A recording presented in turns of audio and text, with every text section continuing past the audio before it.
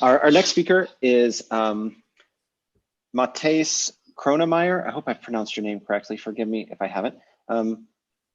Matthijs currently lives in Toronto, Canada. From 2014 to 2020, he lived in the United States, where he last worked as a professional tutor at Langsing Community College. He has undergraduate masters in theology and Arabic studies, both from Utrecht, Netherlands, a master's of studies in Jewish studies from Oxford University, and a master's of arts in political science from Michigan State University. His current research focuses on the intersection of Greek political philosophy and the New Testament. Today, he will be giving a talk titled "The Hole in the Narrative, Philosophical Convention and Divine Mercy" in Mark 1-3.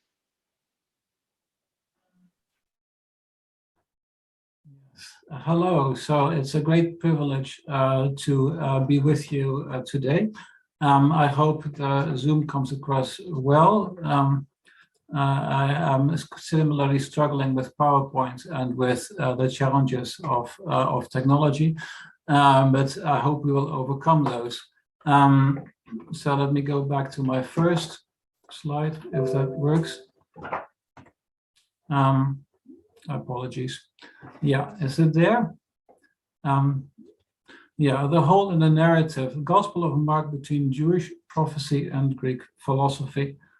So my talk is essentially about a discovery, a holy discovery. I will have to say a few things to be able to, before I dive right into it. So discovery, it's good practice, I think, for male presenters to work with, to start with words from a woman, in this case, the poet Wisława Szymborska. She wrote these words on a theme of discovery and the refusal to take part. I believe in the ruined career, the wasted years of work, the secret taken to the grave. My faith is strong, blind, and without foundation. So this speaks in different ways to the risks with discovery. Most of the times, discoveries are good things. They mean good news. But with some things, and especially with holy books, such as Mark, it's a little bit more difficult than that. In religion, and conversely, the rejection of religion, things should stay the way they are supposed to be. Change is bad. I'm making this point for two reasons. The first is to say it's all right for anyone to feel a bit queasy about the discovery of Mark, this book that is part of the New Testament. There are several copies in circulation.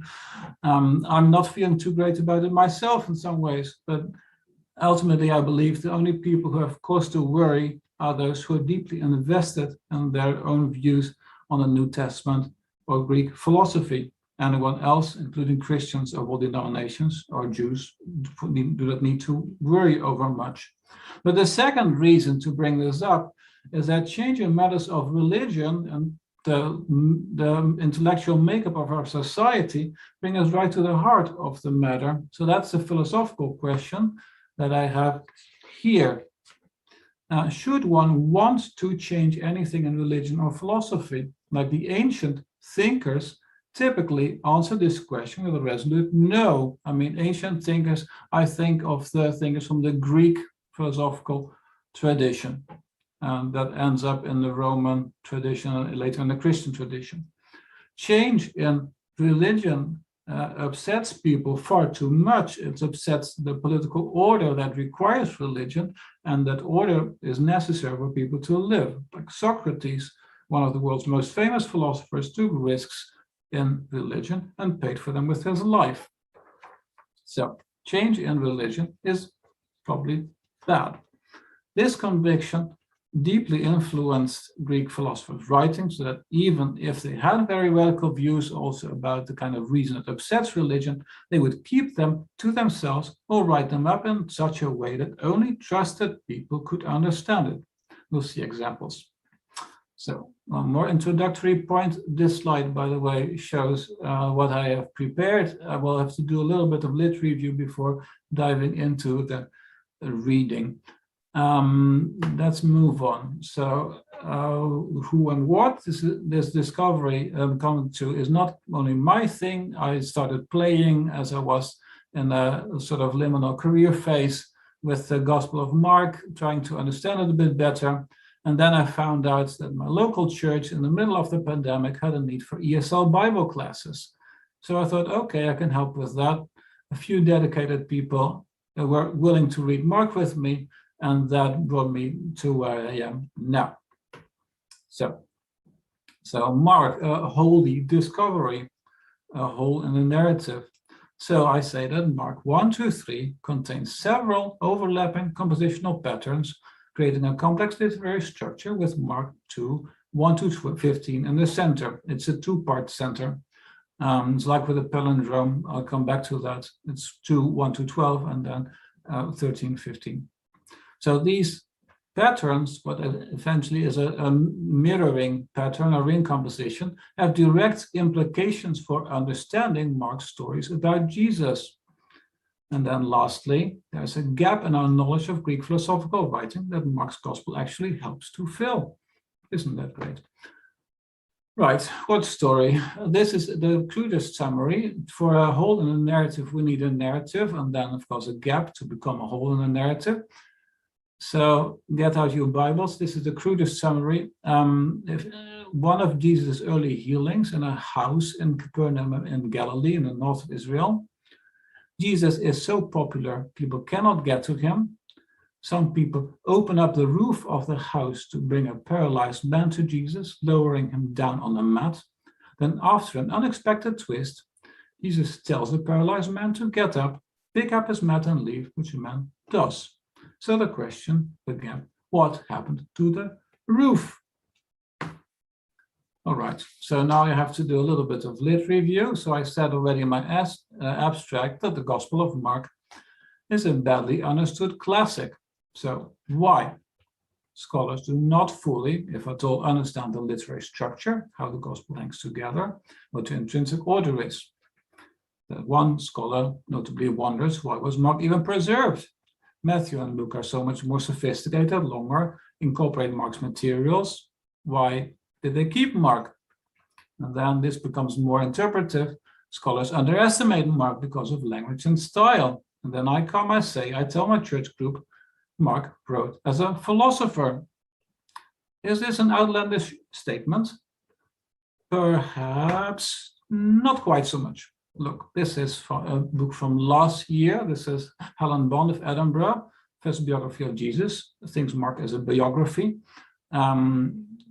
This book is about Mark.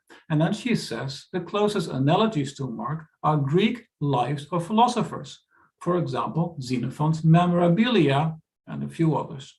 Xenophon's Memorabilia is one of our most important, in some ways, the most important testimonies of the work of Socrates, and a hugely influential document, I can say.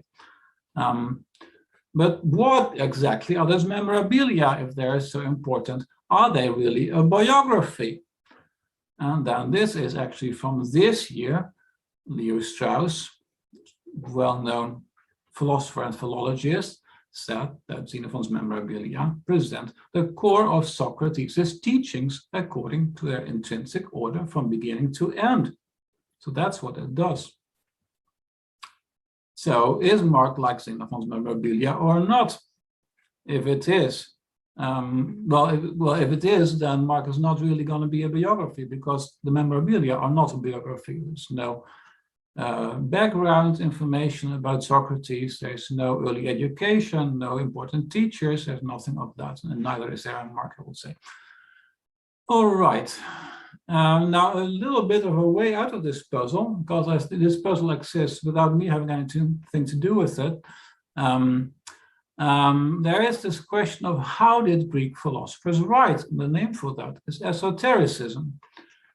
Philosophical esotericism. It's not like the cult, like what we often understand as esotericism, but in this technical language, political theorist Meltzer describes it. Esoteric denotes a secretive method of communication, the practice of partly revealing and partly concealing one's belief. It's a form of rhetoric. And this is not a curious exception. It's been the rule. This book, Philosophy Between the Lines, is really the greatest resource on esotericism. Okay, we have a hole in a roof. Now, the question we have is about this hole. I will do this a little bit playfully. Was it a square hole or was it a round hole, perhaps? So, if we consider the story of Mark 2 to 1 to 12 by itself, here the first part, everything we see is square. You can draw a square box around the story. Study it in isolation. A house is square, the paralytic's mat is square, and then the hole in the roof must be square. So our gaze moves down, as it were, from the roof into the house, down where Jesus is. Then we can read on. We see that Jesus says this line very incongruously, strangely, "My son, your sins are forgiven." Like the man came to be healed. He did not come to hear anything like theological. He came to be healed, not for this. And then so there is this discussion. I'll skip over that for a moment. And then Jesus says this: "The Son of Man has authority on earth to forgive sins." So, and then Jesus does heal the paralytic and tells him to take up his mat and walk. All right, so if you can draw a block around the story, you have a square hole. But now for a round hole. So then this, I will say, this is my submission to the art competition almost. But this is an attempt to graph the ring composition of Mark 1, 2, 3. So for those who have Bibles in front of them, or this is something, there's a few easy moves that everybody can repeat at their leisure. So there's two stories that talk about events in the synagogue on Shabbat. Those are the ones in green. Next one, two stories about breaking Shabbat, minor breaches. Those are the light yellow. Then there are stories in the orange and yellow on both sides about Galilee, the Sea of Galilee, and the apostles. That would take a little bit too much time to unpack those, but I assure you can unpack them. And then there are stories structured ABA that discuss the Holy Spirit and the new communities gathered around John the Baptist and Jesus, respectively. So part of that is what some people call the prologue of Mark. So you see that this whole beginning of Mark is a ring composition. And then there is a second ring composition, and unlike the rainbow that I just presented, the second ring composition is in the existing literature. That's the one marked with Greek letters, and that I call it orange. Right. So again, these are concentric structures, and typical of those is that the core is in the middle. Ring compositions are a phenomenon rooted in oral literature. They are frequent in the Old Testament, and interestingly, they're also being attested in the Quran quite extensively. That is an ongoing exploration. But in Mark, their existence and their importance has mostly been denied. How am I doing for time? Let me just check briefly. But we see that we have our story in the middle of the ring composition. So let me focus on that mostly. Now we have two ring compositions, with the second one setting in just in the middle of the one that is the center of my story. Let me go back to that for a moment. Excuse me for scrolling. So Jesus sees the paralytic coming down, tells him his sins are forgiven. What's the reaction? Some of the scribes, Jesus' opponents, are saying here, questioning in their hearts, why does this? They're not saying actually, they're only thinking this, but Jesus understands that. Why does this guy speak this way? It's blasphemy. Who can forgive sins but God alone? And then Jesus perceives this and reacts against this. So with this moment, a sequence of opposition to Jesus breaks into the narrative. In this story, though, let me go down, the opposition is defeated. because in the end, everybody is amazed and glorifies God. They say, we've never seen anything like this. So, okay, we have I've talked about ring compositions, about 2 ring compositions. Now, what about this hole in the roof? You might expect a simple argument. Is that a square hole or a round hole? Since the ring is round, the hole must be round. That's not all there is to it. We are here in a house. The paralytic goes to his house. This whole scene takes place in a house.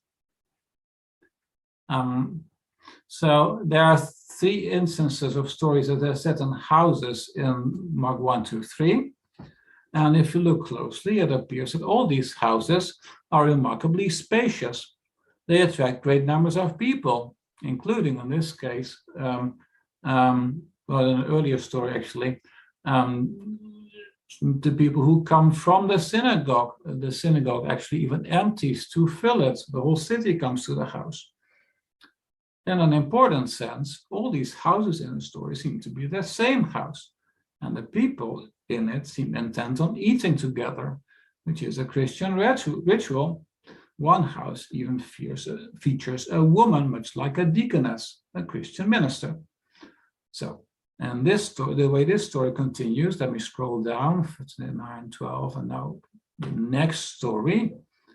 Jesus goes out again, but before you know, he's back in the house and sitting at a meal. It's not elaborated, but Christian readers know that meals together,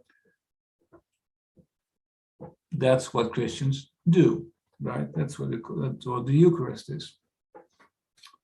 All right. So what I suggest, and it's really going on in Mark, is that the central narrative unit, so we're talking about the central of this whole large rainbow composition, represents the house as the meeting place for the Christian church.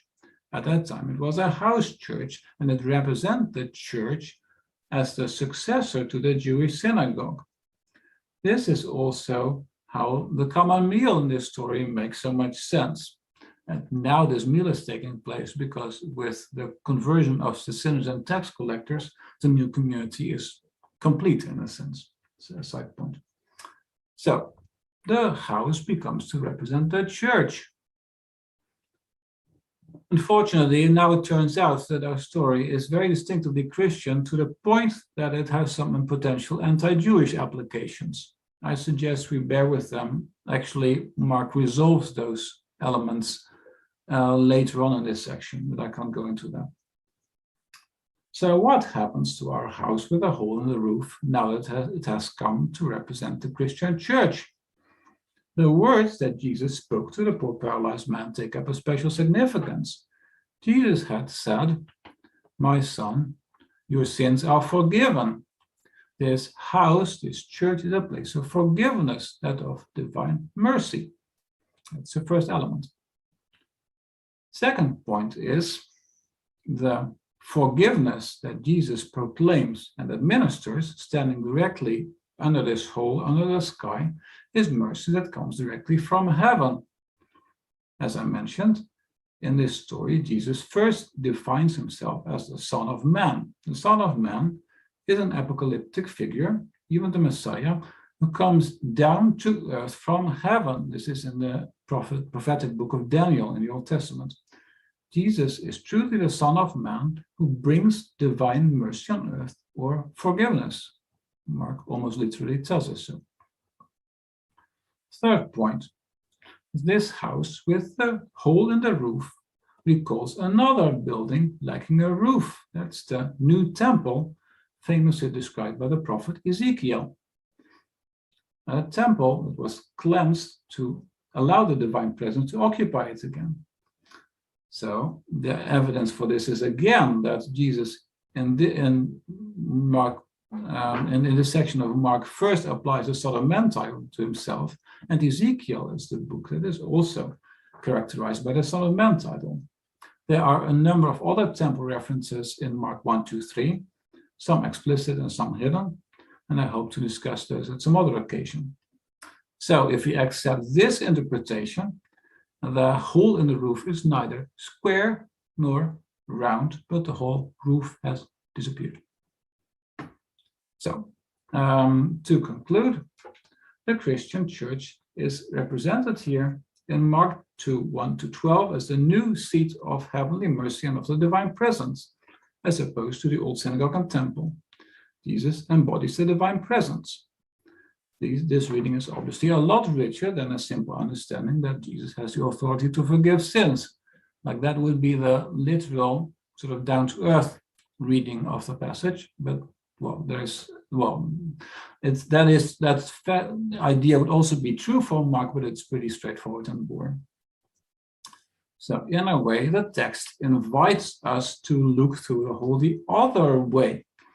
This hole in the roof, to look up out of the house onto heaven where God dwells, and from where Jesus has come as the true Son of Man, bringing mercy and forgiveness and a new possibility of community, that is the church. So, what is the hole in our narrative about Mark? So, for one, the major ring composition, the rainbow one that I described, I'll go back to it. I think this is essentially new. I haven't seen it anywhere else or any awareness that's remotely like it. But it's an original structure in Mark, something Mark made that serves both a thematic and a practical purpose. It brings out where the center of the story is, and it brings out numerous correspondences between two halves of the rainbow. I could give examples now. So these ring compositions, what this type of thing is called, and structural feature of Mark are really essential to his message. Compartmentalization into single stories, often called pericopes. It's what exegetes have done for centuries, but it doesn't work. That's at least my short take on it. So the second point is that, like Mark actually has to contribute something to our understanding of Greek philosophical writing. So I basically say that Mark pitched his gospel in such a way to be connected to the convention of Greek philosophical writing. But a large part of what he did is to use Hebrew storytelling conventions and prophetic motifs to veil this message to those people who do not understand it. And the result would be a narrative that on the face of it just describes Jesus as some kind of strange miracle worker. And I'm not sure if I quite finished this point, but otherwise we can come back to it. So, and then perhaps most importantly, like what we do not know or not sufficiently aware of is that what we do is we underestimate these ancient thinkers. We do not take them seriously. They can still speak intelligently and articulately to the modern world, and they can offer a critique of the world of our days. So and Mark's Jesus is one of them. We do well to listen to him or to others if we so choose. So last point, religion does not have to be strong, blind, and without foundation. To paraphrase Szymborska and twist her around a little bit, it can be extremely intelligent, rational, and philosophically literate. In other words, it doesn't have to be mostly Taliban, rich traditionalism, climate change denial, anti-abortion, anti-vax activism, and some of those other unpalatable things. Christianity was highly intelligent and articulate at its very origins, as Mark shows, and guess what? That was probably crucial to its success. All right, I think that was what I had to contribute. Thank you very much, Matthijs. That was very interesting. So there was one comment in the YouTube chat. Someone said, I was just going to ask whether this was propaganda. And I think you must have answered that question in the course of your talk. You mean of Marcos propaganda? Well, I can answer that question. Well, it is, I don't know. This text was made ready to defend an support the Christian claims to truth, and to make them more intelligent and articulate. It can be that could have been done for an internal purpose to strengthen the community. It could have been done for an external purpose in dialogue with others. This is a matter of conjecture or reconstruction. We cannot know. At least that's my short answer. Others could speak to this much more intelligently. All right. I had just something I was wondering about. So you mentioned at several times throughout your talk, you mentioned that Mark is sort of underestimated. Why do you think that is? Why is he underestimated? Well, part of it is the language. Like Mark's language is simple. It is not highly literate Greek. And there are some, this is for me is also the biggest puzzle. I read Greek, but I'm not a linguist, and to speak with certainty about the language of Greek, that's language of Mark, that's a little bit beyond me. But the language is part of it. So the lack of elaborate teaching, like the Gospel of Mark is known for not presenting a lot of signature teachings of Jesus, and the ones that there are pretty condensed. They exist in parable form. And the last thing is that the scholarship of Mark comes out of this tradition of modern scientific biblical criticism that started in the early 19th century, and that like reduced these stories to primitive traditions. So the focus of much research is oral transmission and oral history. So this whole rainbow of ring structures, that is actually, it is directly connected to oral composition, yes, but it's also extremely sophisticated. It's a compositional tool in the first place. But people have been saying, oh, like this orality, that must be kind of primitive, because obviously a written text is better than an oral tradition. But people stick to the idea that Mark is very close to the original oral speeches, which I think is just not true. Yeah. So I think this is kind of what I have to say about that. That's a good point. Then maybe as a clarification, so some of them, like this Straussian school of political philosophy, they study the ancients. Plato, Alan Bloom is fairly well known in American academia. They study Aristotle, Xenophon, but there is little, if any, meaningful interaction between what they write and what classicists and philosophers, classical philosophers, typically read. And that isn't, so there is a real gap. So that is, I think, a significant problem. But on this point of veiled reading, giving an outward message with a whole sort of expandable section that people can get if they have the determination and the background knowledge. That is an insight that comes from Leo Strauss, and I think it's correct. And people have overlooked it.